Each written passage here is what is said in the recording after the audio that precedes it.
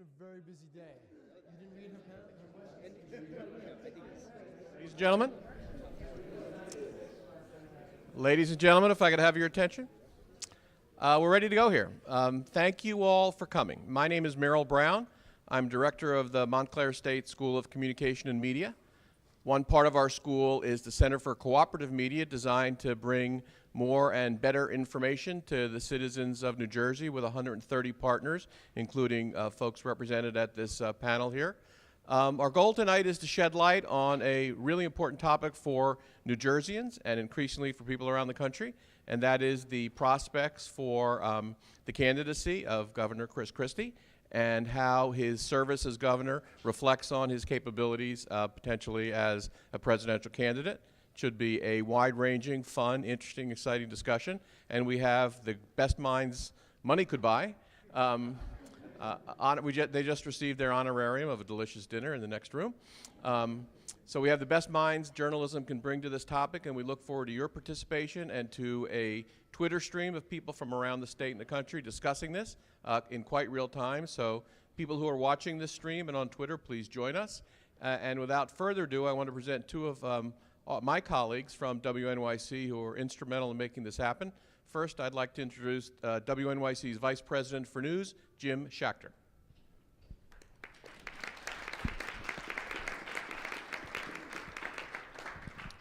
Good evening, and thank you, Merrill. Thank you for welcoming us here to Montclair State. I forced myself onto the program and said I would be done within a minute, so let me do that. The reason I wanted to speak was to kind of give an invocation, and I want to invoke the name of my longtime colleague at the New York Times and your neighbor here in Montclair, David Carr, whose funeral I went to yesterday. Merrill was just telling me he was at the wake on Monday night.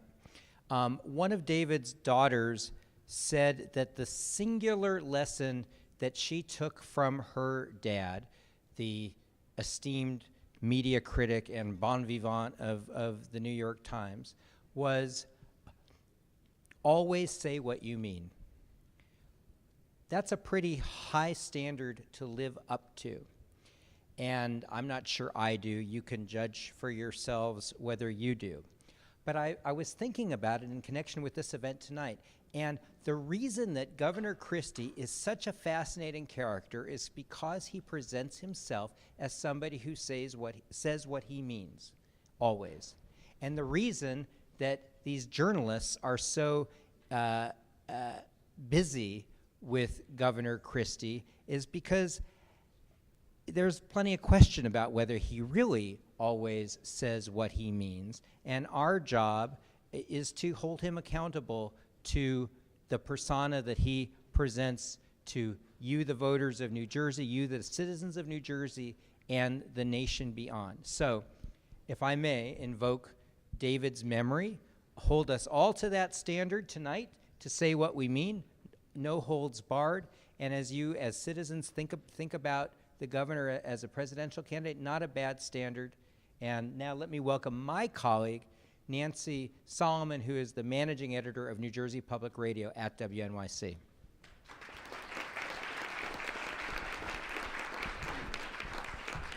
Thank you. Thank you all for coming out on such a cold night. So New Jersey Public Radio was started by WNYC in 2012, 3 years ago. And our mission is to improve coverage and cover New Jersey and cover the stories that matter, but also work with other news organizations to try to build more government accountability reporting in the state of New Jersey. I think anyone who knows anything about New Jersey knows that we're sandwiched between these two media markets, and we get short shrift. So, and welcome Michael Aaron, sitting in the front seat, the Dean of the New Jersey Press Corps. So we've been working for 3 years to bring stories that matter. That meant covering the entire Tyler Clementi trial. Of course, there was Sandy and Sandy's aftermath, questions about climate change and preparing for severe storms. We've covered the rollout of Obamacare in Newark over the last year, and we have been fascinated by Governor Chris Christie since our inception. and hired Matt Katz, who you'll get to hear from tonight, to cover him full time. So welcome everybody, and I hope you'll tune in to us and follow us and continue to pay avid attention to what's going on in our state. Now I'd like to introduce our moderator for tonight. Bridget Callahan Harrison is a professor of political science and law here at Montclair State University. She's the author of 5 books. She's a frequent commenter on radio, TV, and in our newspapers. But we always call Bridget because, and not but we go to Bridget all the time because she is a avid follower and analyst of all things New Jersey politics. And we know that when we give her the call, we could be 2 minutes before our newscast at 4 o'clock, and she will explain in 20 seconds why it is that Chris Christie has done what he's done, or what is going on with the state legislature. So it is a joy and a privilege to have her here tonight to moderate the panel. Thank you for doing this, and I hope you'll all give her a warm welcome. Thank you, Nancy. So I'm delighted to be here as well with 4 people that I admire and respect, and who I think will live up to David Carr's charge of saying what they mean. As a matter of fact, I know many of them, and frequently they do that quite well. But I'm also going to ask you to live up to that challenge. Later in the evening, we will be asking for your questions, your thoughts. Our hope is that this will be a very dynamic dialogue, that we and the panelists can learn from you as much as you learn from them. Let me start off just quickly. You know who they are, but to my left, Robert George is an associate editorial page editor for the New York Post. He is the former director of coalitions for the Republican National Committee. He's often making the circuit on CNN and Fox, but what you don't know about Robert is when he's not doing that, he is a very funny guy. He is a stand-up comedian. And so if we get too serious tonight, it will be his job to rein it in. My good friend, yes, please. My good friend Matt Katz has been covering Chris Christie for 3 years. I like to joke with Matt that the governor doesn't use the restroom without Matt knowing about it. He has been very busy over the past year. He is expecting his 2nd child, but also he has found time to be writing a book on Chris Christie that will be published later this year by Simon & Schuster. And perhaps most importantly, he runs the Christie Tracker for WNYC, New Jersey Public Radio. And I'm honored to have with us tonight Mara Eliason. I'm a big fan of hers. We've spoken on the radio. I've never met her, but I was privileged to do so tonight. Mara's NPR's national political correspondent. Of course, you've heard her on All Things Considered. Of course, you've heard her on Morning Edition. But what you may not know is that Mara also appears on Fox News, sometimes with those nice false eyelashes that they make you wear on Fox News. They're required on Fox. And so she is the fair and balanced here this evening by that, NPR and Fox News. That's quite a combination. And at the very end is my friend Tom Moran. Tom is a columnist and an editorial page editor for the Star Ledger. He is the leading voice in editorial page editing throughout the state of New Jersey. People look to Tom to evaluate not just the governor, but the state legislature as well. I think that Tom probably had one of the highlights of his news writing career, Pulitzer's aside, when this week Chris Christie was called thin-skinned. And you may recall back in 2010, the governor himself called Mr. Moran thin-skinned. So it was with great joy that Tom announced this week that the governor himself was being charged with being thin-skinned. So I'm going to... Thin in some regard.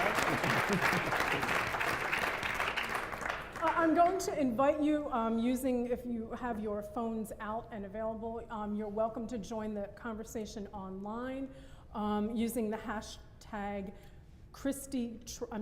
Tracking Christie. Let's get that right, hashtag Tracking Christie. But I'm going to ask you a question for the audience by a show of hands, if you feel comfortable saying this. How many of you voted for Governor Christie in 2009? Okay. Ooh, not very many. Perhaps this is what we in political science called retrospective voting. How about in This is Northern Jersey. That's true, and it is Montclair. How about in 2013? How many of you voted for Governor Christie? All right, we know who our crowd is, folks. Who, if he were running for governor, would vote for him tomorrow? Running for president. No, if he were running for governor. Governor. Okay. Well, the presumptive Democratic nominee, whoever that is. Okay, and if he were running for president in a Republican primary in the state? A few more. And if he were running against Hillary Clinton for president? Okay, so we have an idea of who this crowd is. I'm going to ask a question. Now, we've all watched this. We were talking a little earlier about this amazing ascendancy that we've had the privilege of watching, because it is not every politician that does what Chris Christie has done. But I'm going to ask the panel, what are his political gifts? What's so remarkable about them? And I think I'm going to start with Matt and Tom, and then take it to the national level to talk about whether those gifts translate on the national stage. Matt, why don't you start us off? He talks like no other politician out there. It's a combination of the guy at the bar, the big brother. He's funny. He says stuff you absolutely cannot believe he's saying from behind a podium, and he uses it both to yield some likability. You like him because he's funny, and also to deflect. He was asked a couple of years ago about the closing of the plant that makes Twinkies, and this was actually an issue. I mean, people were losing their jobs. This is unemployment rate in New Jersey is higher than elsewhere in the country, than most other states, and his response was, you're trying to get me to say something about Twinkies. I'm not talking about Twinkies up here, man. This is a trap. This is a trap. And all the reporters, in front of him started laughing and moved on to the next question. The humor is it's a cudgel. He uses it to attack us when we ask him something he doesn't want to answer, and also to deflect, and also to make him seem like someone you want to hang out with. And he doesn't sound. He always says, I'm not blow dried like most politicians, and it's true, he's not. He doesn't look like a politician. He doesn't talk like a politician, and he wants both of those qualities to obscure from the fact that often he acts like a politician, and that's largely been effective, at least for the first several years of his political career. Thanks. He can be, if you deal with him in a small group, he's a very gracious guy. I remember when we first met him, when he came in, he was nominated as U.S. Attorney and had no significant trial experience or criminal law experience. He was wholly unqualified. And we told him that. I mean, he had got the appointment because he raised a lot of money for George W. Bush. And we expected this to be an unpleasant conversation, and it wasn't at all. He was very gracious. And if you remember during the 2009 campaign, though, he wasn't particularly skilled. We didn't see the great Chris Christie in the debates. I thought Chris Daggett beat him and Corzine in that three-way debate that they had. So it wasn't obvious what a good performer he is. When he got into office and began getting his feet, especially through the town hall meetings, is when you saw this emerge. This guy who could suddenly explain things as well as Bill Clinton could, and had a way of personalizing it as he got more comfortable. I remember one in Union City, a Democratic stronghold, at least half minority people there, mostly Latinos. He was pitching tenure reform, and he picked out these two women. Your name is Alice and you're Jane, and you come early and you stay late and you talk to parents and communicate. You don't really care about your job. Now, you know what the union wants to do is to protect both of them equally. And he just made it very personal and believable and explained it very well. Then he got more comfortable, and now Matt and I were just out watching him in Iowa, and the contrast between, you saw Rick Perry giving a talk, and there were hecklers over immigration. And he stuck to his script and got white-knuckled, and he's talking about Netanyahu and the Mideast, and people are screaming about immigration. People in the audience should we look up, should we look down? We didn't know, it was awkward. Christie gets up there, same thing, and he starts bantering with the guys, like, I've got this before, it doesn't scare me at all, don't worry. He had the audience so in his grip. This heckler did him a big favor. And you see him now, it's almost every situation politically. His confidence has grown, his ability has grown sharper. The more he gets into that town hall situation, the better off he's going to be. And he started to do it. What was it we were talking about, Matt, this week, that he's In New Hampshire. Hampshire. He took Did a a couple of town hall questions for setting. the first time on the presidential stage, and Yeah. that was the best part of his appearance in New Hampshire this week. Yeah, I mean, he's still, if you ask me, he's not that great at giving a speech. He's good, but let him out, unleash him in a town hall audience. I've never seen anything like it. Robert, do you think that this translates nationally? Yeah. And can you run a campaign on town halls? I don't know if you can run them on town halls, but the quality that Matt and Tom were just talking about definitely translate. I mean, you mentioned my proclivities for stand-up comedy. I actually do improv more than I do stand-up. And what Christie has shown is that he's a great improviser. And the comparison that Tom made with Bill Clinton, I think, is apropos here. In both cases, one-on-one, they're absolutely amazing. They'll make you feel like you're the only person in the room. They really draw you in just on their personal charisma. But once you then have put them in a larger setting, when they get a chance to engage with people.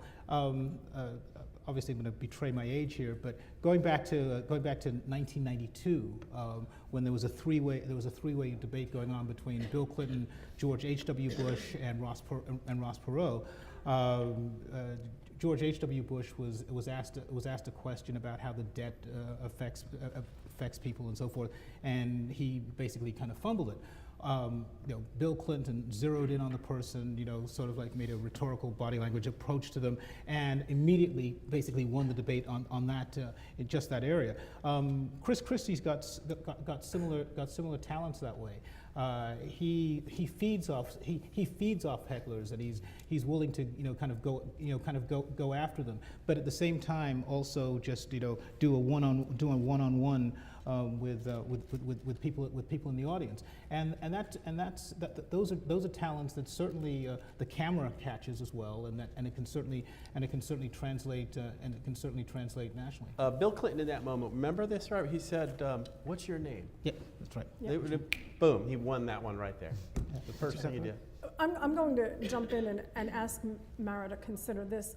We saw an episode, I think Tom would know the date probably, but recently within the past, say, 6 months, where the governor was being heckled, talking, and somebody who had lost their home in the hurricane started heckling the governor, and he responded very negatively, very vitriolic, was kind of taken to task for the demeanor in which he approached this person who had a legitimate complaint.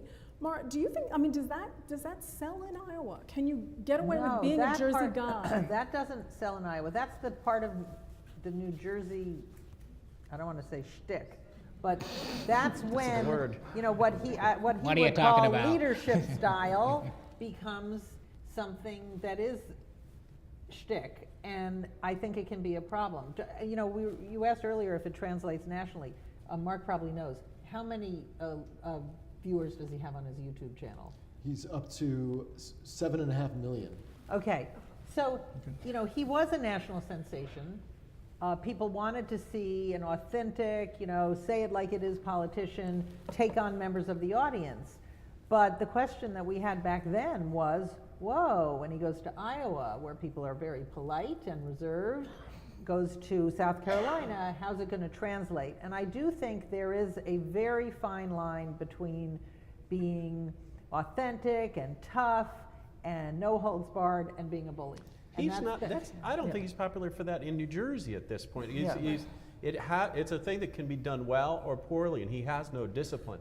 So he very often blows it. Sit down and shut up is not something anybody wants to hear. That doesn't fly in New Jersey. Yeah. Although I have seen him, he was in South Carolina campaigning. It was at the Republican convention, and he was speaking to a group. He was at the Republican convention, but speaking to a group of South Carolinian Republicans. And he was telling them to go out and go out and vote and make sure they get their friends to vote for whoever was running for Senate that year. And he said, and then he leans into the mic and he goes, "Because if you don't come back, I'm from New Jersey, and you know what we do. If you don't do it, I tell you what to do. And he puts on this entirely mafioso Jersey stereotype shtick, and not only did they love it and applaud like crazy, but they mobbed him on the way out the door to try to get his autograph, and they couldn't get even the next speaker on stage because they were so thrilled with him. But that was, you could say, That was- a long time That's ago. true. That's true. And Yeah. then there might be a tipping point, and it might be over. But the other thing that I was thinking about, when you look at the cast of characters now who are running in the Republican primary, this is not 2012. This is not Mitt Romney and a bunch of pygmies. This is a really serious. No big- offense to pygmies Yeah, anyway, right. please. This is a big, serious field filled with substantive candidates, and I can imagine Scott Walker saying, there's a big difference between taking on the teachers' union and telling a teacher to shut up. Now I mean, that's- people want a fighter, and for a moment, Chris Christie looked like he was that fighter, but now you've got other people who have real track records that are going to go up against it. Yeah, exactly. In 2012, I think part of the hunger for Chris Christie among Republicans, both at the base level and amongst the fundraiser, was sort of was kind of this placeholder, was this frustration. They weren't completely sold on Romney, but then when they looked at the rest of the field, it was kind of nothing burgers. And Christie had both this. They liked the fact that he was taking on the unions, both in a substantive level, and also if there was somebody heckling him who was a union member, going after them, and that really resonated with the base. 4 years later, you've had things such as him embracing Obama during Sandy, which lost him a lot of favor with Tea Party base Republicans, and you've got a number of others who have just as if not more so of a substantive record on issues such as unions and things like that, as Mara said, and so that's kind of where he finds himself right now. Can we talk for a moment about his policy successes? I mean, he didn't come from nowhere to be, at one point, the presumptive heir of the Republican Party. What are those successes? Are voters nationally aware of them? And does he still claim those successes as successes? Tom? Yeah, I mean, I'll go through the list of most of them are in his first few years, but he had several measures to contain public spending at a time when that had to be done. Changed the rules for union bargaining that affected, teachers, cops, firefighters, everything. Imposed a property tax cap. The big one was pension and health reform, where he asked all the public workers to give more, take back less. And the return promise was, I will start doing the state's part, which has been the core problem. The state hasn't put aside money. So he struck a deal with Democrats on that. He more recently did a bail reform that won, widespread support, bipartisan, was passed in a referendum. And he has a tenure reform that was about an average quality tenure reform across the country. So he did rack up, again, especially in the first few years, some significant accomplishments. Since then, a lot of it has exploded on him. The big one, pension and health care, he basically broke the promise, did not put in the monies required. So not only has that made the state's bond rating plummet, is now the second worst in the country, but it's poisoned the well. Now they're trying to make a deal again, and now when he says, okay, this time I really promise I'll do my part, the Democrats and the unions are like, how stupid do we look? Like Charlie Brown about to kick the football again? No way. So it makes it very hard to solve going forward. And then he had, his whole pitch was, I'm going to clean up New Jersey and return Trenton upside down. We're going to pick up this economy. And again, like the bond rating, we're in the bottom 2 to 3 states in terms of job production. And that's sharpened the whole budget crisis. So it's turned up really horribly sour on the substance. But I think he does go out and talk about his successes. He even last month at the State of the State address bragged about pension and health care, saving money because the workers did take smaller benefits, and I was just agog at that. I mean, agog at that. How could you claim credit for something when you completely exploded it and broke your promise? But he did. The man has nerve, I'll give him that. I think his most significant success, at least initially, was Sandy. I think that is the reason why he won by such extraordinary numbers for re-election in a blue state. And remember, Sandy hit 6 days before the the Romney-Obama election, and he made a conscious decision that he was not going to, there was one man in the world who could help him in his state more than anybody, and that was the sitting president of the United States. And assuming you don't think that the reason why he so-called embraced Obama and saddled up to Obama in those days, some people think it's because he was trying to make Romney lose so he could run in 2016. I don't believe that. And so assuming you don't believe that, what he did was statesmanlike. He knew that this was the guy who could do everything that his state needed at that moment, and he decided to build a relationship with him even though they were 6 days out from an election. And he went out, and so the first thing he did was went out and visited these people on the ground. And I was always a little cynical about the politician going out and saying, I feel your pain. But I went out with him, and like Bill Clinton, but I went out with him, and it was meaningful to people. People would just melt in his arms and say, thank you for coming. And it had quite the effect. And then he came back, and he went back to the State Police Operations Center in Ewing, New Jersey, and he gave these press conferences where he really just sort of like personified the emotions that the people of New Jersey and really the Northeast were experiencing during this devastating storm.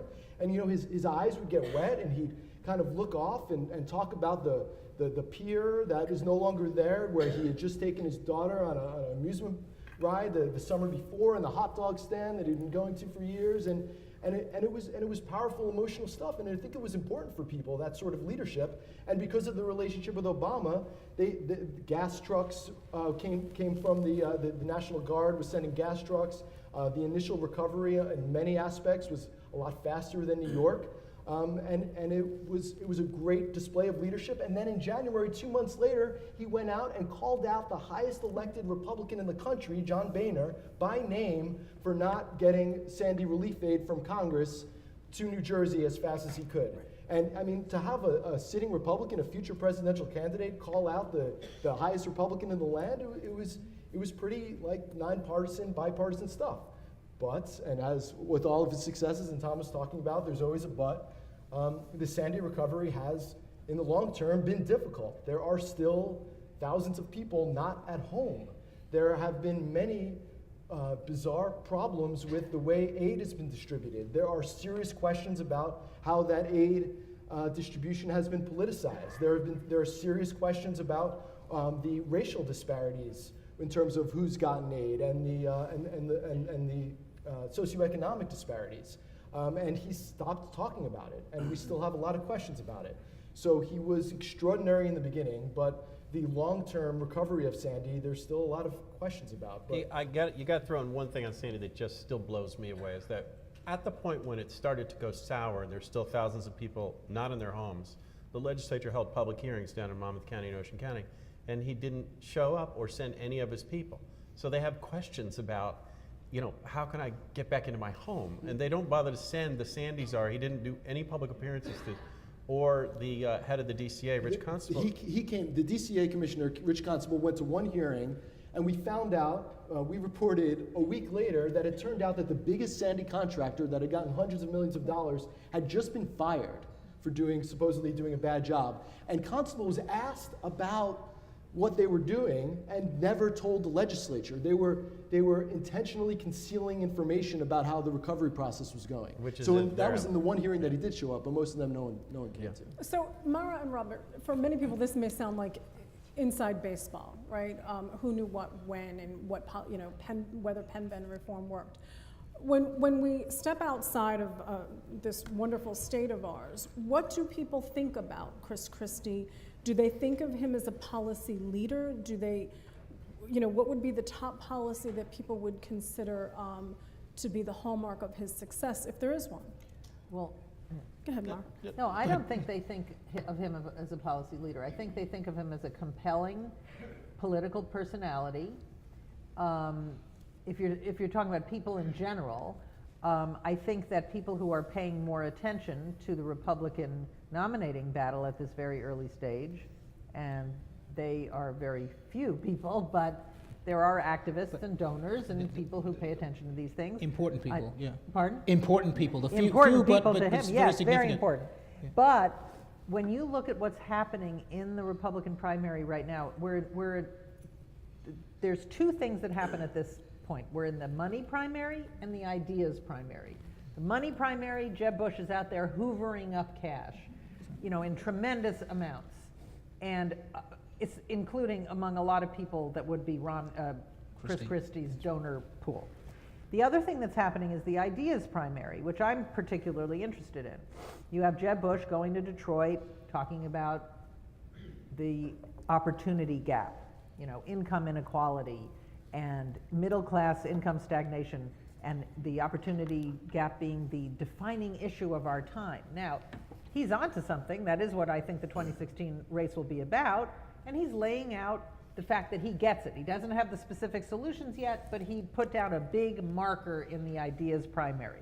Marco Rubio has been really kind of toiling in the vineyards of conservative reformicon policy, coming up with, trying to become a foreign policy expert, coming up with new things that can be done kind of to move beyond Reaganomics, expanding the earned income tax credit, expansion of the child tax credit. So people are doing things. Scott Walker basically considers himself as a walking, talking reform Republican because of his record in Wisconsin. He took on the public sector unions. Now he's picking a fight with the public universities in Wisconsin. So a lot is happening. I don't see Christie participating in that contest, that part of the contest right now.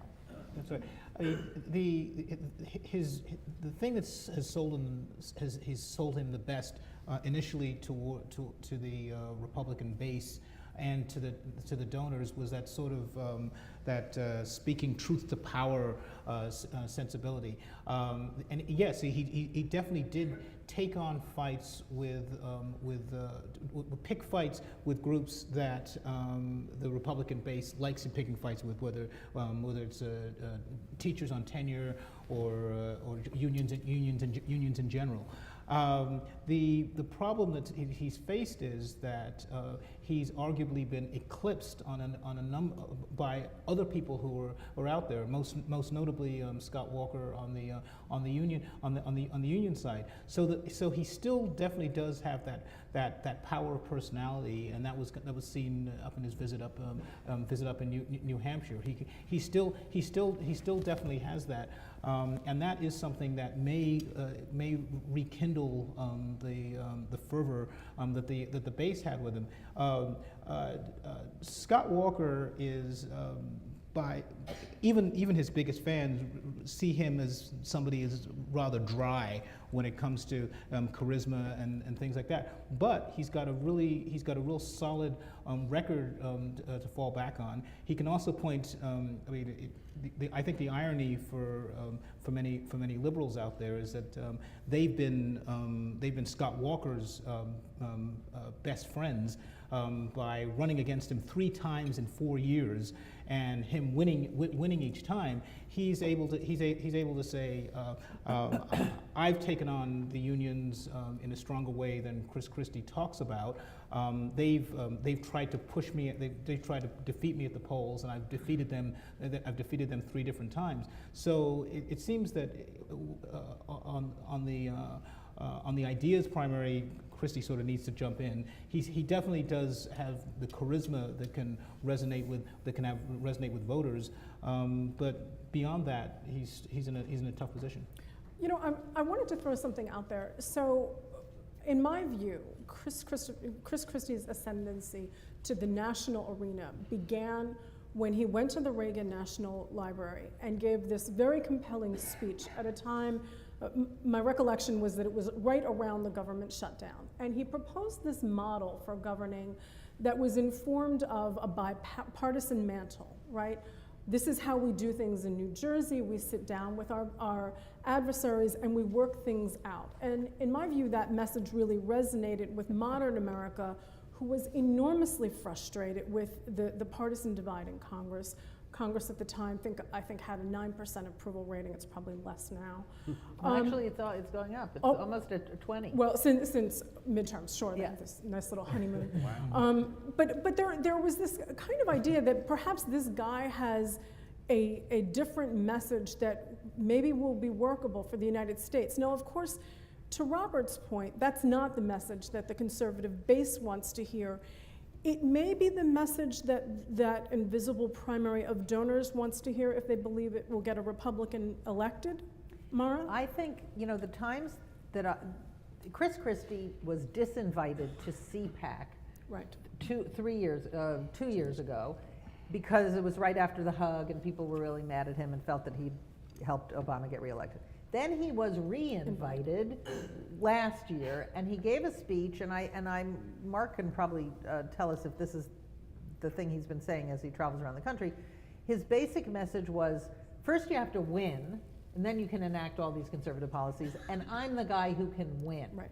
I won huge in New Jersey. By implication, I could carry some other blue states like Ohio or Pennsylvania. I've done it, I can do it. And I think that when you make that the rationale for your candidacy, it's not that durable, because now he has a 37% approval rating in New Jersey, and that kind of undercuts his argument. And I don't know if that's what he's been selling when he goes to Iowa and New Hampshire. I know he's also been, the guy who can make the cleverest zinger against Obama. What is it? Wandering around in a dark room looking for the light switch of leadership. I mean, that was pretty good. Right. But you need more than that. Yeah, he's talked about the politics is not it's not some professorial, no offense, game. He's not just sitting around talking about what we would like to do in an ideal world.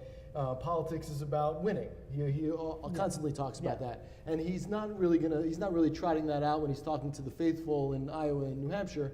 But that is what he's saying to donors and to the mainstream Republicans that are going to be with him long term.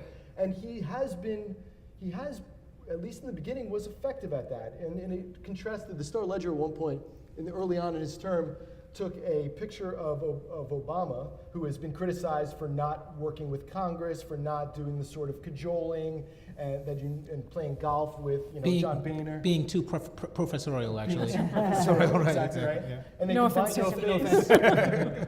They combined his face with Christie's and said these two guys combined, they have what it takes. Oh, boy, I can't but, even imagine But I mean, the what that point looks like. was a good one, is that all the Perfect weight. criticisms about Obama and being like, it's too above sort of the dirtiness of having a steak dinner and a bunch of drinks with the guy on the opposite end of the aisle, and the deal making and the proverbial closed door room with the cigars. Obama's above that, but Christie's all about that. I mean, Christie has these every Christmas. He would have these long dinners at a steakhouse in South Jersey with Steve Sweeney, the Senate president, at Steve Sweeney's favorite steakhouse. He would call legislators on their birthdays. He would invite them to his box at the Giants and Jets games. And all of this stuff was effective, and most of all, as we all know, he made deals and alliances with the two most powerful Democrats in the state. George Norcross was considered the political power broker or political boss, unelected, in South Jersey, and Joe DiVincenzo in North Jersey. And through those alliances, he was able to pick off enough Democratic votes on major policy initiatives to win policy successes, even though the Democrats control the legislature. Now, if he could do that as president, if he could have a divided Congress of a different party and actually figure out what deals he can make. George Norcross wanted a medical school and wanted to expand his university footprint that he has some power over in South Jersey, and Christie did that. And you know what? Christie got a lot of votes in the legislature from people who are under Norcross's thumb. If he could figure out how that translates on the congressional stage, that would be really, really appetizing to pragmatic Republicans who actually want to see things done instead of the stalemate that we have in Washington. He is going to be running on the idea that Washington is a mess, total stalemate. I'm the guy who can get things done. So what are the obstacles to him having that message resonate? What is the... It's not going to work anyway. It hasn't in a while in New Jersey. He was very good on that in the first few years, but since then there was the higher ed that was bipartisan. There was the bail reform, but on all the big meaty issues of budget, there hasn't been any agreement since then. And but if national voters are unaware of those, I don't want to call them failures, but the limitness of those successes, might they just buy into this model? What is getting in the way between here and there? Could he get away with making this pitch despite the fact that it's blowing up back in New Jersey, in other words? Possibly. I think that it would be pretty easy for one of his opponents to point out that, oh, you know, things have blown up in New Jersey. If you're so brilliant about making deals, why don't you make some in your home turf? It's also the difference between Democrats in New Jersey who are centrist and who are part of these political boss machines that are looking for a deal is in great contrast to what's going on in Washington, where they can't stand Obama to be in the same room with them. So Obama has a much tougher task to head than that, too. And also, excuse me, one last point, the base, Matt and I were just out in Iowa, and a lot of people in the base don't want someone who's going to compromise and make deals. They want someone who's going to go kick ass.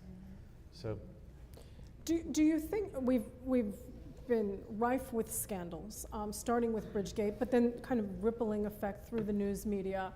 My sense is right now the national media is starting to examine some of the scandals a bit more closely.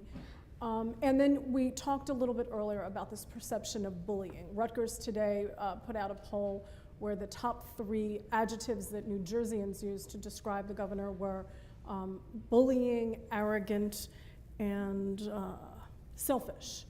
And so, But aside from that, well, and so 3 positive words did make it into the top 10, but then actually a word I can't use in this family-friendly venue made it into the top 13, referring to one's posterior. So, you know, are those kind of things, how much are they an impediment? Do people care about those scandals? I think they will care about them when Chris Christie's opponents bring them up that's over exactly and over again. I mean, those are his vulnerabilities, and a politician's vulnerabilities are exploited by their opponents. Now, things would have looked a lot different if Jeb Bush wasn't running.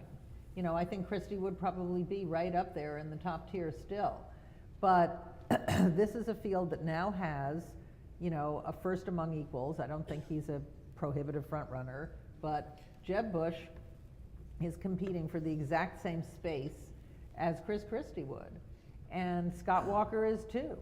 And then there are all those other governors. I just think Christie needs something, you know, he needs a big idea. He needs something other than his compelling political persona. you know, one of the best gifts that Chris Christie had was geography, and by that I mean he's right next to New York, which is Wall Street, and you had a large segment of Republican donors who gravitated to him very early on. They liked his feistiness, but they also liked the sense that he was somebody who could get things done. He seemed to be able to kind of talk their down to earth language, and so the money was going in. They were the people more so than the base. They were the ones who were whispering in his ear in 2012, say, run now. Ken Langone is one of the big names there. When Jeb came in, he's just this big Goliath. I mean, I have no idea what numbers he'll end up releasing in the next in a couple of weeks for the past quarter. But it's going to be absolutely huge, and it's going to cause a lot of people who have been thinking about jumping in and have made initial overtures to jump in to pause, and it's going to give Governor Christie a lot of headaches as well, because as Mara said, these were a lot of the people that was the reason why Mitt Romney went from being 90% jumping into the 2016 race to almost overnight deciding he wasn't, because a lot of his people were a lot of Jeb's people, were a lot of Christie's people, and those people went to Mitt Romney and said, sorry, you're yesterday's news. Even though Jeb Bush has the last name Bush, we think it makes more sense to give money here, and that's going to be something that Christie has to grapple with as well.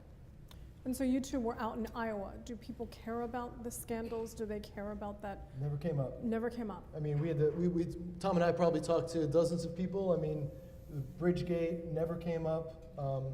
The other tertiary scandals involving Sandy Aid and the Port Authority and the Port Authority chairman, David Sampson, Christie's mentor, who Apparently, we now learn had a special flight to his vacation home in South Carolina created for him at Newark Airport, which is controlled by the Port Authority. I mean, none of this stuff has I mean, I'm sure it's reached the masses, but it doesn't, it's of no, It's not resonating. no mind to The them. few who mentioned it said, this is liberal media. So if there are indictments, that'll change, I suppose. And even if it doesn't come up, it is, as you were saying, Mara, something his opponents you could do a tidy little 30-second commercial or two on it, I'm sure. He did But- get some but- street cred out of it. I mean, people did say the liberal media went after him and he survived it and it's over, so. which is Interesting. fine. And actually, the Bridgegate actually did show some of Christie's political talents. I mean, when he had that 2-hour, 3-hour press conference where it was again going The back in history. apology. Yeah. Well, it was the apology, but it was an explanation as well. In contrast to say Governor Cuomo, who like sort of went into hiding when the whole Moreland Commission ethics thing kind of blew up in him. Christie stayed there and took every single question that the media had for him, and I think that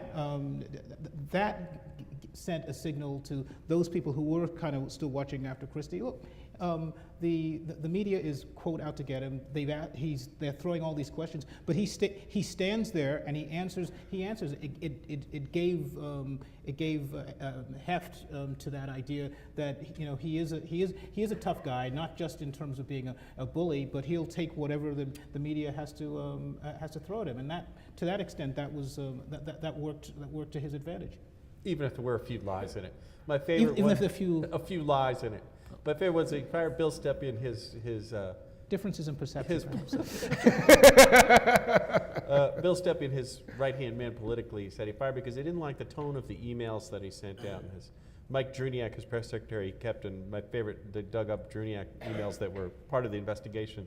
And one of them he said, that David Wildstein, I'd like to poke out his eyes, fill it with gasoline and light it on fire. They were like, well, so Stepien's tone was worse than that. Druniak is Pretty still a bad spokesman. tone. Yeah, that's right. That's right. At this point, I think we'd like to open it up to you. I believe that there are microphones somewhere in the room. Is that correct? And so if you have a question, we would ask that you phrase your comments in the form of a question, either at one or all of the panelists. But if you want to, I guess, rise and, microphones are right in front of me, but I couldn't see it because of the light. Yes, ma'am.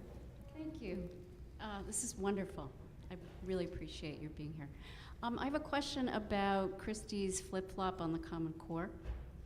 I read recently that Jeb Bush was very, very involved in the leadership to create the Common Core initially, and now Christie has come out saying that, he has grave reservations about them. I think those are his words. So my question is, do any of you think that was a way of differentiating himself from Jeb Bush because Bush was so involved with it, or is it merely that he's just decided that he has to go back on his commitment to the Common Core, having spent lots and lots of taxpayer money to try and implement it in the state of New Jersey? I think that has a lot to do with the shifting politics of Common Core within the Republican Party. He's not the only one who flipped on it. Bobby Jindal did it, and I figured somebody else did as well. So I think that has a lot to do with it. Though there was an interesting poll that came out sometime in the last week that gauged Republican views on Common Core, and it's not a universal negative as some would presume. Certainly not in comparison to say potential support for Obamacare or anything like it. Or if you look at any of these other issues such as immigration or ISIS or whatever, or what have you, that Obama has been attached to.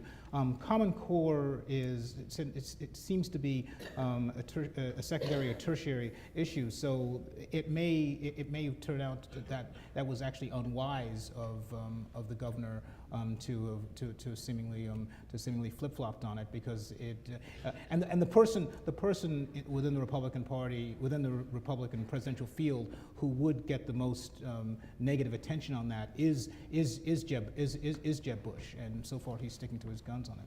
You know, the other thing about Christie, there is a pattern. He does seem to instinctively want to do a mind meld with the conservative base of the party. I mean, you saw him on, to me, the vaccine answer was pretty similar to Common Core, and the fact that he doesn't want to say where he is on immigration, and there was something else he was asked about recently. Oh, no, he vetoed did he veto a gay marriage bill? He did. Yeah, and you know, there are a lot of candidates in the Republican field who are going to agree with the most conservative elements in the party, and they're going to split that vote. And then, if you only have one candidate, Jeb Bush, who says he's going to run, his strategy is going to run to lose the primary in order to win the general. I think that's exactly what he said to the Wall Street Journal, which is an amazing strategy. The only way you can pull that off is if you are so overwhelming, either in your money and your support, that you can get away with not necessarily dissing the base, but not having to cater them at all. I mean, But if you think about it, that's not too different than what George W. Bush did in 90. Right, but he was overwhelming. He was an overwhelming front runner. We don't know yet if Jeb Bush is. Right. But Mitt Romney wasn't, and look what he did. He got himself tangled up in knots and talked about self-deportation, and that came back to bite him in the general. That's what Bush wants to avoid. Yeah. But if Christie is going to lump himself in with all of the other kind of, you know, the conservative kind of Ted Cruz wing of the party, I don't know where that gets him. It seems desperate because it goes to his core appeal, Yeah. too. I'm the guy Yeah. who'll tell it like Right. it is, and he doesn't, so. Matt? I was thinking about how he often tries to have it both ways. In that gay marriage bill, he actually conditionally vetoed it. So he said the gay marriage should be decided by the voters. So he wanted to give something to the, you know, in effect, he gave something to the base, saying, I'm keeping gay marriage out of New Jersey.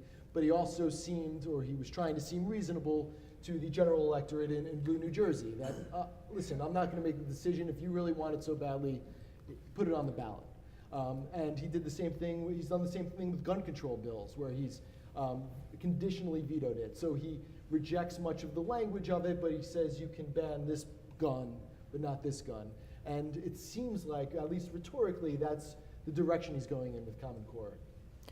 Would you think it is fair to say that he has successfully kind of violated the will of New Jerseyans at the cost of his political career in espousing those positions?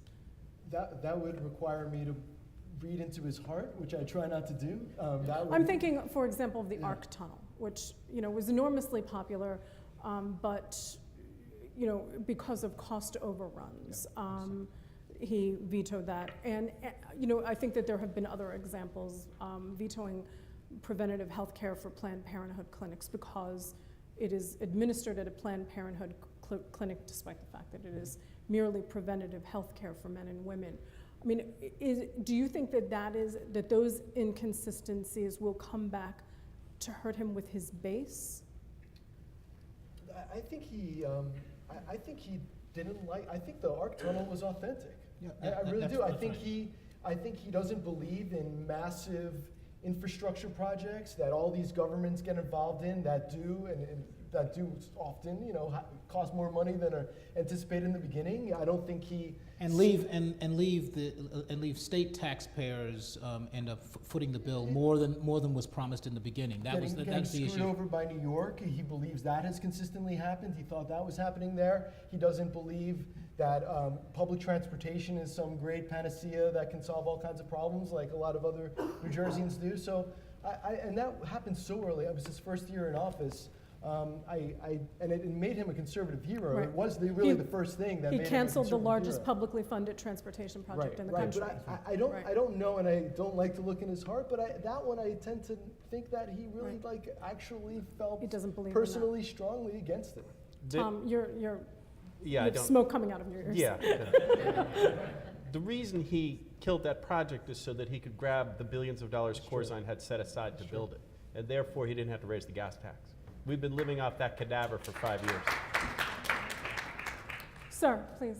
Yes, my question is that given the long, difficult road that any presidential candidate has, just the number of hours spent traveling, talking, the little sleep, on, and given that a lot of Christie's incidents have occurred when he's been pressed, what is the over-under in terms of the number of days once he announces to when he first starts screaming at the top of his lungs at a teacher or a former SEAL, which he's already done in both cases? A former SEAL?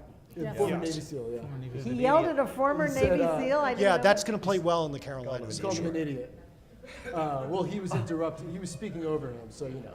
He may have been an idiot. I Not tend a to good think, thing to do in the American sniper Republican primary. I tend to think he is more, and I'm He probably didn't like in the the sniping. That's right. I'm probably in the minority on this in terms of among close Christie watchers, but I tend to think he has more self-control than a lot of people give him credit for. No, I think that he is able to not yell when he wants to. I think that when he does yell, he knows exactly what he's doing. I do think sometimes he does get angry and loses his temper. He often says, I got more than one club in the bag, and that he can do the yell thing, he can do the not yell thing, and I think that's true. And the grind of the presidential cycle, he's on quite the grind now. He only sleeps 3 or 4 hours a night. He travels, he's been out of state. There have been 48 days in 2015. He's been out of state 24 of those 48 days so far just this year. Fun fact. That's some Christie tracking for you.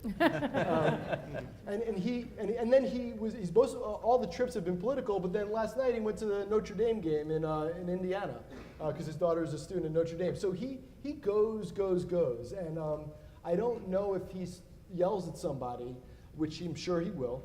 I don't know if that's due to a lack of self-control or due to weariness from the road or just more that's who he is. He yells a lot. And remember, one of the reasons why he thinks that he still has a good shot at this, at least on the fundraising side, was he built up a lot of goodwill within the party last year in terms of being on the road, raising money for Republican governors. Republicans did very, very well in the midterms, winning in states where they weren't expected to, like Illinois and Maryland, Massachusetts, and so forth. And so those are some chits that he thinks that he can cash in. And by the way, he in many of those public settings, he didn't blow up. He went out there. He raised money. He was out on the campaign trail saying, this is a good guy. We need him. We need him in Annapolis or whatever. And that kind of shows that he is able to control himself, stay focused within the political setting, even though he's in a different state each night. Yeah, and especially since 98% of the Republican governors are now running for president. Yeah, well, that's exactly right. It seems like that. Right. But yeah, we haven't mentioned that, but I mean, the RGA was a stunning triumph. A huge triumph. Record-setting. And it'll be really interesting to see what he gets in return for that from all those governors. Interestingly enough, the only one where there was a little bit of tension, interestingly enough, was with Scott Walker. There wasn't tension in New York because he basically blew off Rob Astorino because there was this eerie sense that there's a non-aggression pact. There was a non-aggression pact going on between Cuomo and Christie. But though there was definitely tension between Christie and Scott Walker, and people were interpreting that as because they both had their sights set elsewhere. Sir. A question for Matt Katz and the rest of the panel. It seems like Christie is doing poorly, partially because he didn't listen to his mother. His mother said, do the job that you were told to do and elected to. He's now abandoned the state for a year or two. Most Republicans I talk to in the state really don't support him for president at all. That's really a secret that a lot of people really need to look at. The question is, do you think that he actually is definitely going to run if he's doing this poorly 6 months from now? Because it seems like the conservatives in the party, especially people I talk to, are for Scott Walker or maybe even further right candidates, and the Republican establishment is for Jeb Bush, who they'll never be for Christie over Jeb. Jeb is obviously more presentable in the country club, as they would say, and has better manners, maybe went to finishing school. They're going to all support Jeb. So what room is there for Christie in this race? And if he doesn't do something to turn it around in 3 or 4 months, how's he going to even have the money to do this? And do you think he'll definitely run, even if he's in poor shape 3 or 4 months from now? Yes, I do think he will run regardless of where he stands. You're absolutely right. He is, I think, statistically tied with Jeb Bush in New Jersey among Republicans, which is pretty extraordinary considering he won more than 90% of the Republican vote for re-election. And I think, I believe the game plan is this. He's got enough billionaires in his pocket that he can stick around through the Iowa caucuses are first, just 50 weeks away. And then But who's counting? And then The tracker. and then New Hampshire primary. We're tracking, we're not counting. And he's got to have. They don't expect him to win Iowa. So this is the game plan. They don't expect him to win Iowa, but he needs to place 3rd, 4th, maybe 5th. John McCain came in 4th in 2008 and won the nomination in Iowa. So it's possible he can come in 4th. Then he needs to go to New Hampshire, and he ideally needs to win. And then there's a bunch of more difficult contests that he will not do well in, probably like South Carolina. Florida, South Carolina, right. But then if he can stick around long enough after that, then you get into some states with much more moderate Republican populations. And if the primaries go on for quite some time, he is confident that he is better behind the microphone than any of the other guys running, that he's going to have at least enough money to stick around, and that he's going to be able to, cut through the news cycle with his mouth and survive. And that's the plan. The slight problem with that strategy is it's one very similar to a guy named Rudy Giuliani tried to do 3 years. Rudy skipped Iowa. But he in a sense Christie isn't going to skip Iowa, though he's not expecting to do well. He's lowering do well the there, expectations. and he's raising the expectation for New Hampshire, which is going to be heavily contested. And then the next one, I can't quite remember how they've moved them around so many times. Sometimes it's South Carolina, sometimes it's Florida. But yeah, South Carolina, you've got a number of candidates who are going to sell more there. Florida is basically Jeb Bush and maybe Jeb Bush and Marco Rubio. So eventually you need a win. And the momentum tends to momentum starts to follow whoever wins last, and so it's a tough road for him. New Hampshire. In other words. I would say if he doesn't come in 1st or 2nd in New Hampshire, I think it will be a very, very tough road for him. Can I have one thought, Bridget? It was interesting. Times ran a piece maybe 3 weeks ago about 40% of the primary voters in the Republican primary are in blue states. And that's one reason they tend to pick moderates in the end, like Romney and McCain. And Christie should be able to tap into a lot of that. So these are, the Republicans in New York and New Jersey and all the other blue states, California, that they have more influence. We always talk about the red states when we talk about presidential primaries, but the point of this piece was the blue states count too. And that should, I just hope he lasts until Matt publishes his book. Me too. We all do. We all do. But I also think that because this is 2016, there has been this trend toward the consolidation of primaries to have more net impact. And so we saw this before when we had that super duper Tuesday primary. Couldn't do it immediately after reapportionment and redistricting. But in 2016, the states can move their primaries ahead. They can consolidate. And what that does is it increases the net effect of the most populous states instead of having those more rural states like Iowa and New Hampshire having more pull than states like Florida, California, Pennsylvania, and so on. I saw that article also, and I wanted to ask Robert something since you've worked for the RNC. I mean, yes, those are blue states, but the Republican primary electorate in those states is really conservative. I mean, California the Republican Party traditionally has been super conservative, even though it's a blue state. Yeah, no, that's true. I mean, it's in fact it's often the case that Yeah, the bluer the state, the bluer the more state, right. sometimes the redder, Right. sometimes the redder the Republicans, Right. just because they're like crazy frustrated because of all the the liberalism around them and so forth. I would say but New the Jersey flip side of that, not New the Jersey. flip side of that can be true as well. In some of the red states, the blue contingents there are very blue, and not just because they're sad. But the other thing we should mention about New Hampshire, in New Hampshire, independents can vote Yes. wherever they want, and they're not going to vote in the Democratic primary because there's no suspense in the Democratic primary. So I guess that's part of Christie's. Sure. Yeah, he's banking on there being Yeah, an yeah, uncontested yeah. Democratic Yeah. primary. Sure. The most, I think, in a sense, the most interesting thing about 2016 is that usually the Republicans tend to sort of kind of follow the next guy, whoever was second or appeared to be second the previous time around. Usually ends up getting the nomination, even if there is a kind of a cursory primary here and there. This time, it really is complete. It's as wide open as the Democratic primary usually is, and this time it looks like there is hardly any kind of a Democratic primary. It's Hillary, and you can't even call them pygmies. I mean, they're more like ants. You can't see them at all. So. Those poor pygmies. Sir. Thank you, Matt. I guess this one's for you, but Mara, anyone else, please feel free. I'd really rather be talking about Iowa or New Hampshire, but what kind of is more personal to me, what keeps me up is the allegations with Don Zimmer and Hoboken and holding back Sandy Aid for that.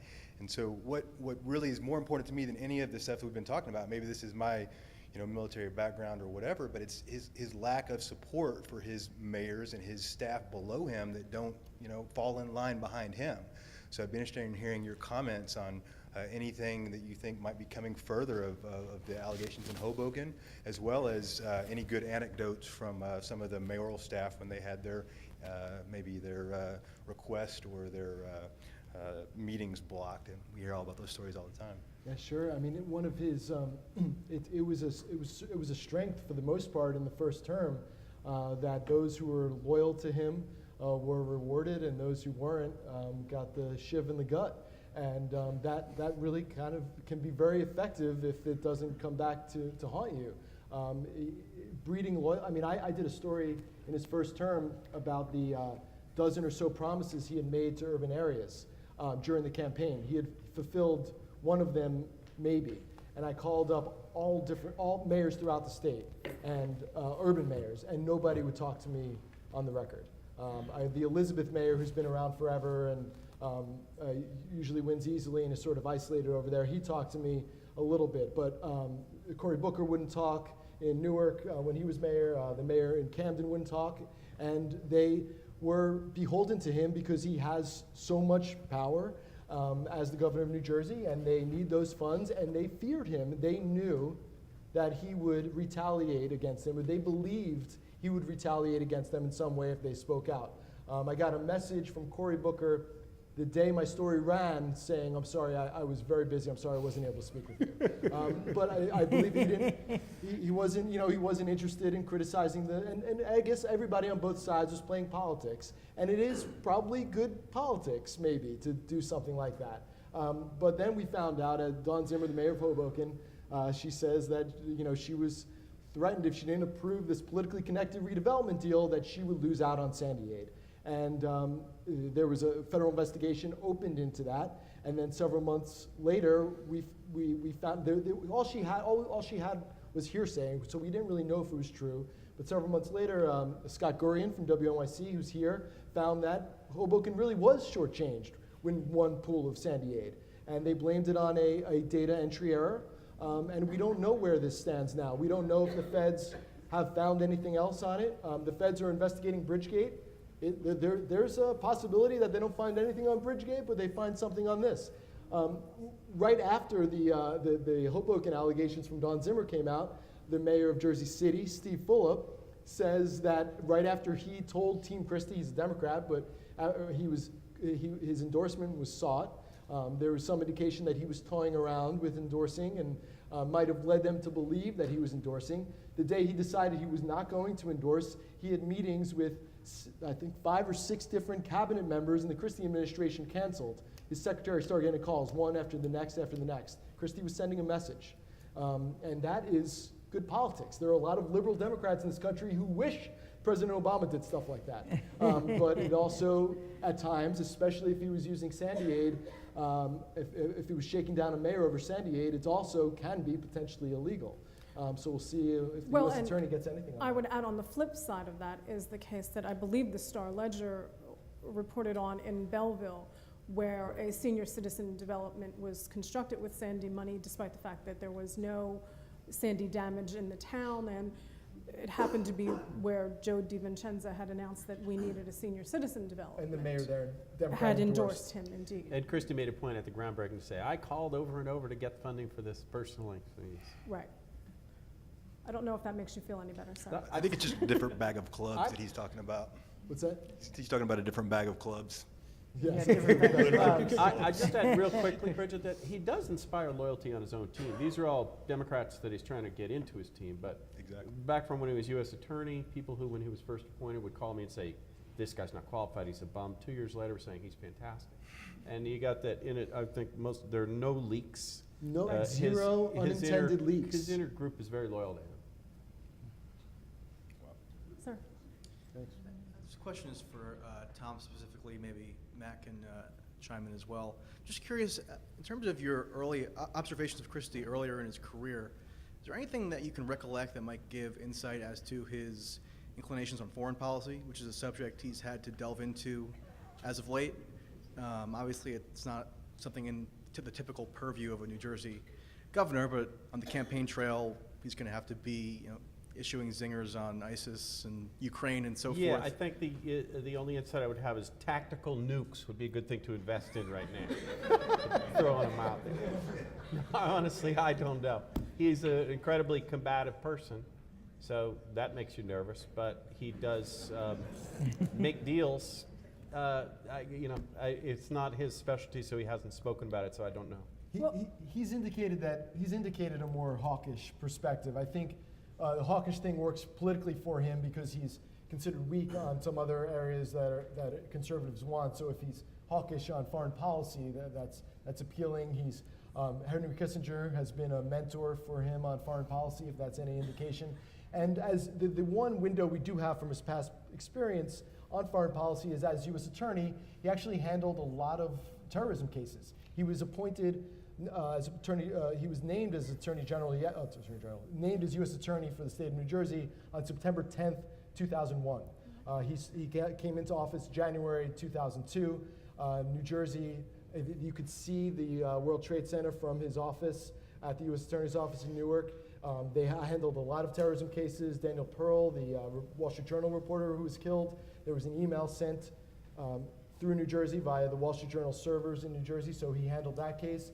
And there were 2 major terrorism cases, one at Fort Dix, where Muslims were accused of and were convicted of trying to blow up Fort Dix in South Jersey or attack Fort Dix.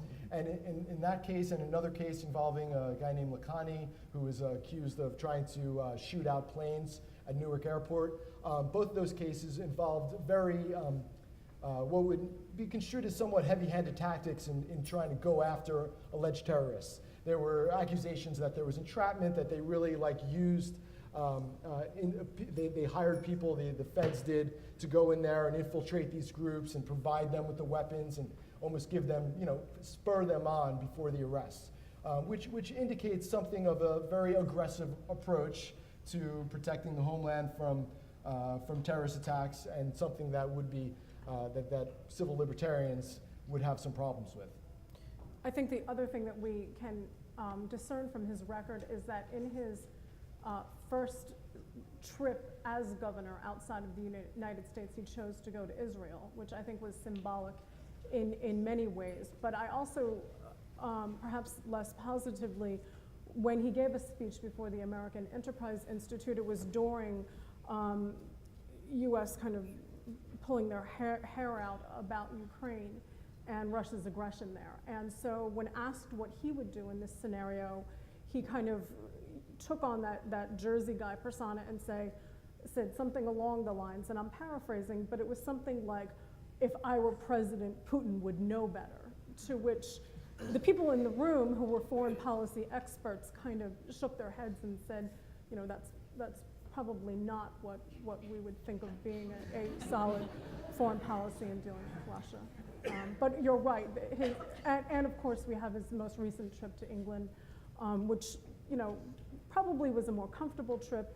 Obviously some connections with the pharmaceutical industry that's very important here in the state, under the guise of a trade mission. So the idea that he is trying to learn as he goes along right now, there's a lot to learn. General question for the whole panel, kind of tying in with what you were just saying about the UK trip. Your thoughts, considering everything that happened during the trip, the vaccine question, the refusal to talk to the local media and so forth, does it seem like the trip generally hurt or helped Christie's credibility as a potential candidate? What do you think? We were talking a little bit about this at dinner, and my recommendation for Republican presidential candidates is don't visit London if you're thinking about running. I mean, Scott Walker stumbled over the evolution question when he was over there, and Romney had a disastrous trip a few years ago. So I think London should be off limits for Republican presidential candidates. I mean, it wasn't great. And I mean, we've talked about this before. Usually, Chris Christie usually thinks better on his feet than he did on this trip, and so it wasn't good. But it could just be kind of lumped into, well, this is his bad month, and now he's gonna recover. But we'll see. Yeah, I don't think it was a bad trip for sure, but I don't think in the scheme of things it's going to derail him. The biggest problem from the trip was actually something that was happening here, and that was the New York Times published a damning story about how the King of Jordan and conservative casino owner Sheldon Adelson had been paying for his travels to the Middle East a couple of years ago. The King of Jordan spent about $30,000 on hotels so he can hang out with him and his family for a weekend a couple of years ago, and Sheldon Adelson had paid for his flight to Israel on that same trip. And that story came out while he was in London, which is the reason why he stopped talking to the local media who were following him around. It wasn't because of the vaccine gaffe. So, and that's sort of separate from the London trip. So yeah, it was a bad week for him, but I don't think it's long-term.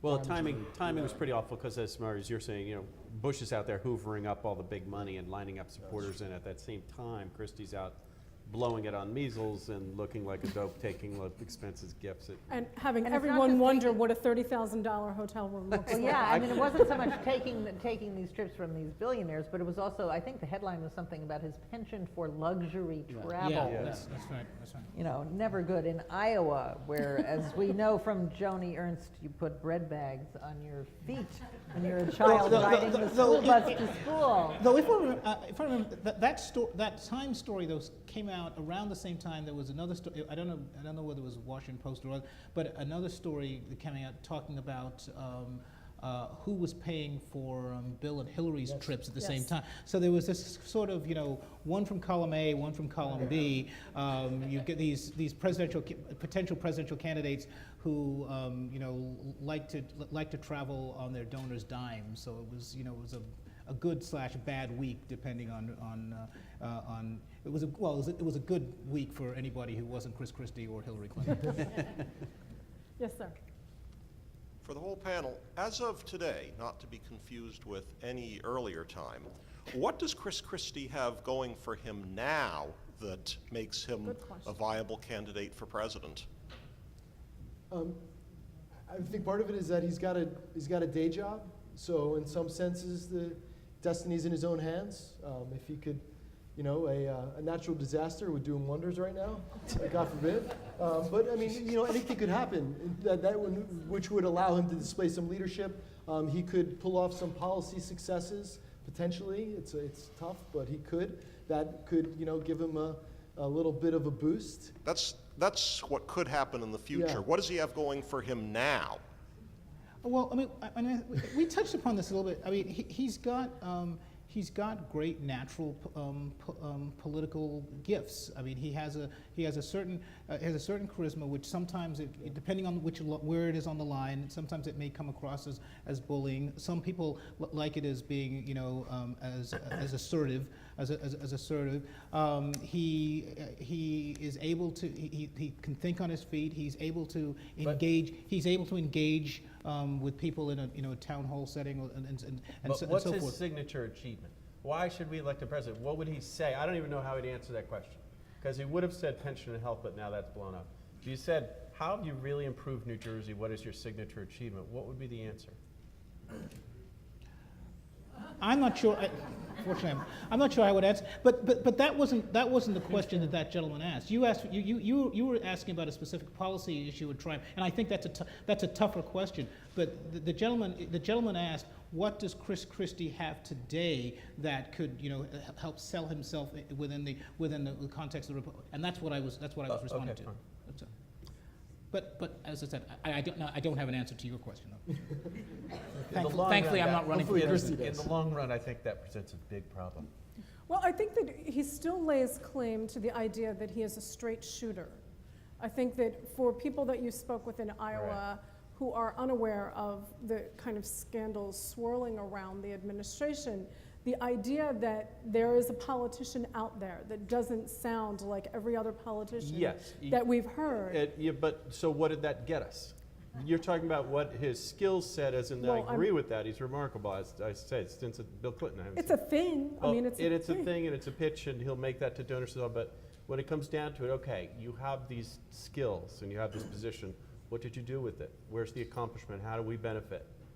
Well, I think part of that skill is the ability to spin his record to make it seem as if those accomplishments are significant, like we saw during State of the State. Right.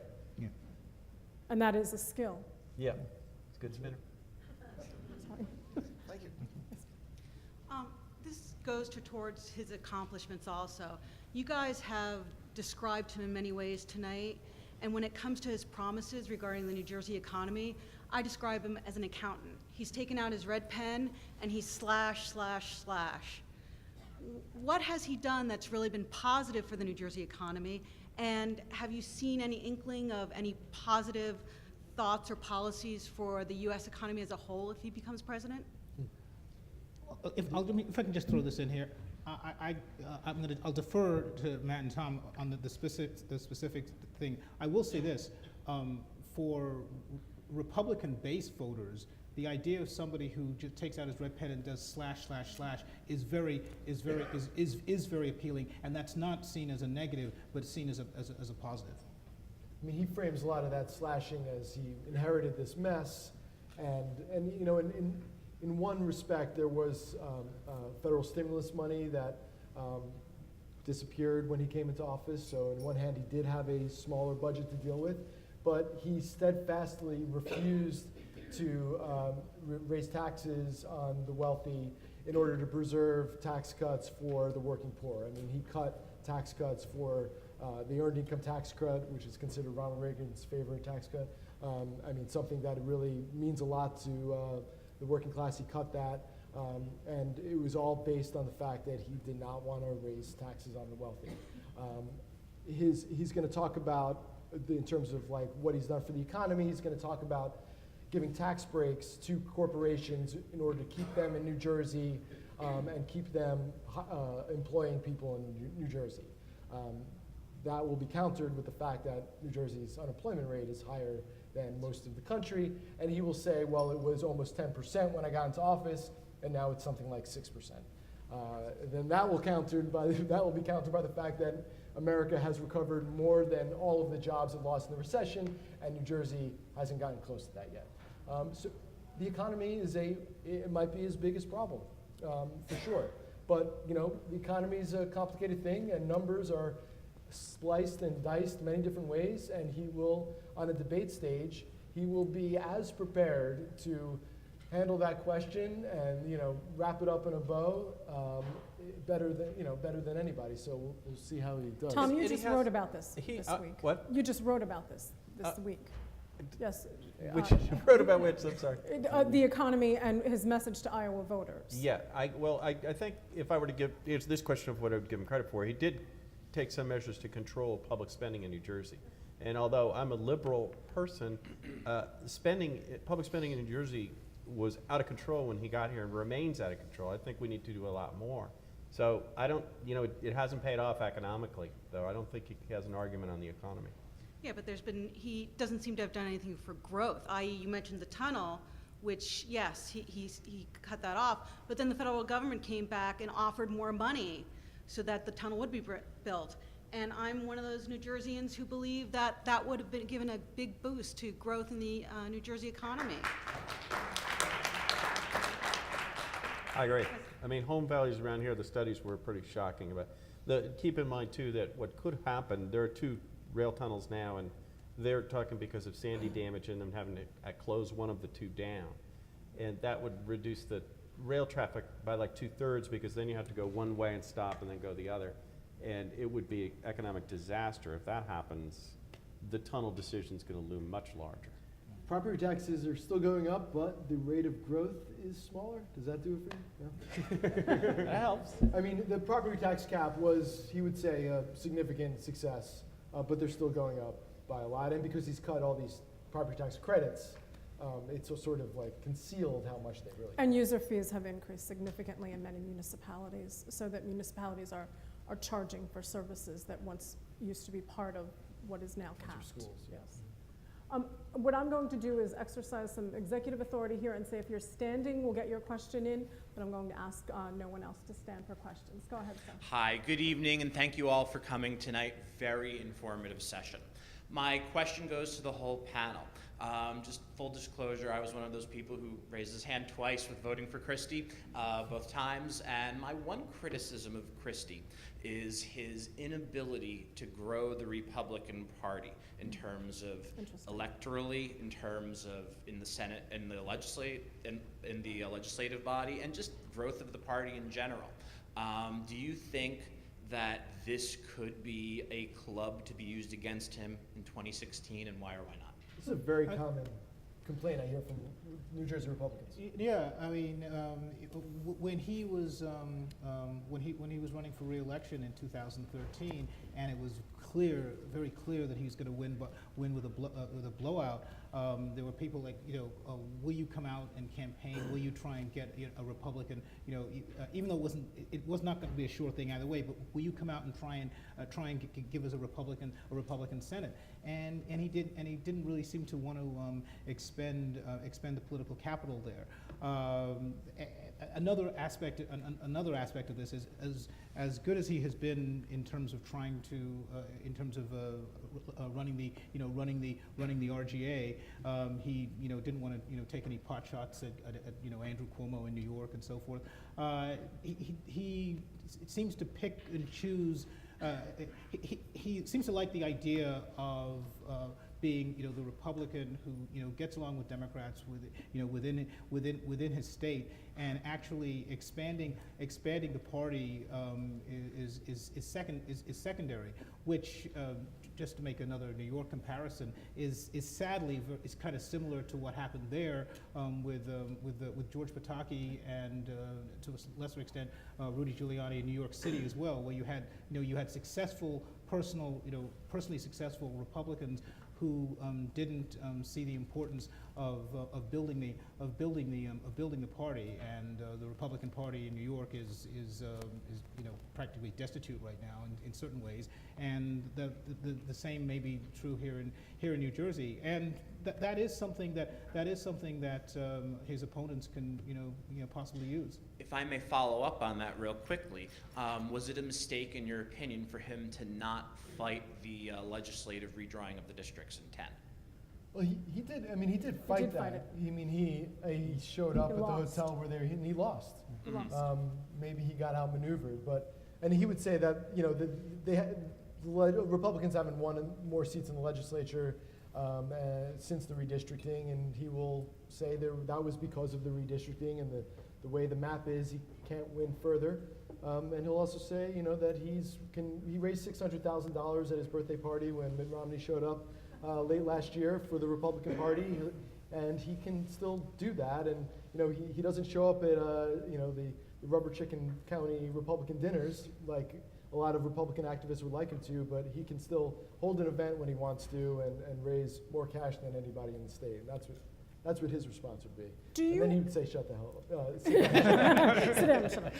Do you, Tom and Matt, have this sense, which I think that I have, talking with friends, Republican friends in the state legislature, that there is a bit of biding time for the spotlight to be vacated so that almost that the GOP can get on as it was, and that the kind of establishment of the legislative hierarchy can again reassert itself, and that there will be room for Republicans to actually run and win without Christie gobbling up the spotlight. Is that a fair assessment? Yeah, well, Matt just was in Atlantic City with Republicans, and you heard a lot about that, right?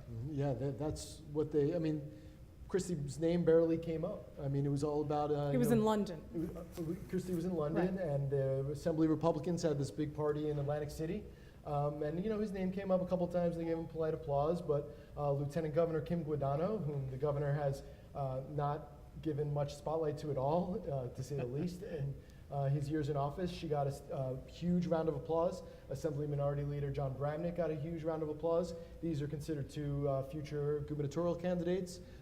People are looking forward. Every single person, by the way, that I spoke to who's not in Christie's inner circle, every single Republican I spoke to in Atlantic City had a gripe with the governor.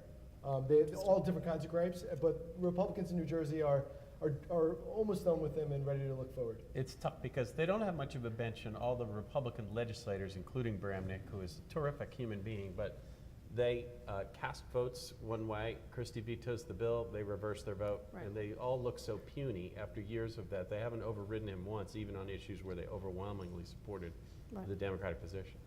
And one example of that is the whole Port Authority, the Port Authority reform, which again passed over. It was one of those weird bills where there was bipartisan support in New Jersey for reform. There was bipartisan support in New York, which has its own dysfunctionalities as well. And Cuomo and Christie decided to put their heads together, vetoed it, and so we're the same corruption and so forth at Port Authority, continues afoot. Okay, yes, sir. Yeah, quick comment and a question. I assume from what you said before, Tom, that you agree that the moment the conversation and the discussion goes from Christie being in a position of making his cute, rather sometimes offensive comments and working on his feet, and goes to what have you accomplished in New Jersey that's translatable to the national level, that he's going to have a problem. Yes. What's the question? That's my right, comment. I think that's and my question is this: as an educator, and you talked before about things blowing up, I see a number of things starting to blow up that he initiated in the past. There's a bill in the hopper now to remove the cap on superintendent salaries. There is a movement in the state among parents to opt out of the park testing. There is the governor himself saying that he had grave reservations now about the Common Core. And I wonder if this isn't NJEA getting even. Who getting even? New Jersey Education. Right. Well, they're not, the superintendent's salary cap is not a big concern of theirs, but Park is, and they're just launching a gigantic ad campaign in that and are unanswered. I think they probably would have done that no matter what Christie did, so I don't know if I'd characterize it as like getting back at him, because they're opposed to that. They don't want that kind of accountability measure when it comes to the tenure reviews, and they've fought the use of standardizing tests from the beginning. They got it reduced last year from 30% to 10% of the evaluation, and now they're going after the 10% by trying to get a movement opposed to Park tests. So I would think that's more in keeping with the teachers' union's long-standing opposition to that sort of measure than it is getting back at Christie. But they're probably taking some satisfaction from it. Okay, thank you. I just want to wrap up. If Matt and Tom, very, very quickly, because we have essentially run out of time, you can tell very quickly your best Christie story from covering him. Well, I mean, my claim to fame, this is going on my tombstone, is that I was the first one to ask the governor about Bridgegate back in December before the incriminating email came out. And he said, and I lived to tell about it. How about that? And he made the now famous joke, right, I was out there in overalls and a hat, moving the cones, Matt. You can't be serious with that question. But more recently, I'll tell something more recently. A couple weeks ago, I was in Iowa with Tom, and then Tom went to bed, but I was still at the bar. And it was about midnight, and Governor Christie came in because he was speaking the next morning. He came into the Marriott I was staying at. This Marriott, by the way, had also Sarah Palin and Donald Trump and Newt Gingrich were staying in there. $30,000 a night? So Christie comes in, and you know, I felt I was in the penalty box. Reporters are sometimes in the penalty box who cover Christie, and the thing about the penalty box is you never know when you're in the penalty box. And I was kind of feeling I was in the penalty box. I wasn't getting a lot of return phone calls answered from his inner circle, and I wasn't sure why. And Christie comes in, so I come over to say hi to him, and he's carrying his overnight bag, and he's like, pathetic. Your performance was pathetic. And I'm like, what are you talking about? He said, I saw you before the State of the State address a few weeks ago. So it turned out, I arrived for the State of the State address a couple weeks earlier, and there's a bunch of national reporters hanging out outside his office. And I went by, I know a couple of them, I said hi to them, and then someone whispers to me, we're actually going into the governor's office to have an off-the-record session with the governor. I said, oh, that's interesting. So I texted somebody in the governor's office. I said, can I come into this off-the-record session with the governor? I get no response, so I'm not going to make a scene. So I go back to my office in press row, and I send out a tweet that says the governor, it's a nationally minded, the governor's having an off-the-record session, only national reporters at his State of the State speech. And then I run into Michael Aaron from NJTV, and the governor's always late for these speeches, so Michael's going on the air live. They're airing the State of the State speech live on NJTV, and Michael asked me to come on to kill some time before the speech, so I go on, and what are we going to talk about? I tell Michael on air, live, the story about how local reporters are banned from this State of the State speech. Apparently, the governor's sitting there getting ready, getting psyched up for his State of the State speech with his inner circle in his office, watching Michael Aaron on NJTV. He sees me go on there, talk about how he does, however he interpreted my remarks, and he got furious. And he let me have it outside the elevators at the Marriott at midnight in Des Moines. And then a group of people started gathering around as we're kind of going back and forth. And he says, he turns to a group of national reporters that had come over, a guy from the Washington Post and CNN, and he goes, we're going to have a lot of fun. There's a lot of back and forth with me. And then he gets in the elevator and walks away. So what goes on in Jersey does not stay in Jersey. Right. I'm getting the signal that we need to wrap it up. Sorry. I just want to remind you Took your time? that you should download the Christie Tracker at WNYC or NJ.com or download it on iTunes. I'm really sorry, we are out of time, but I want to thank our wonderful panel. It was a fascinating discussion. Thank you. You're all terrific. And I will get up on that.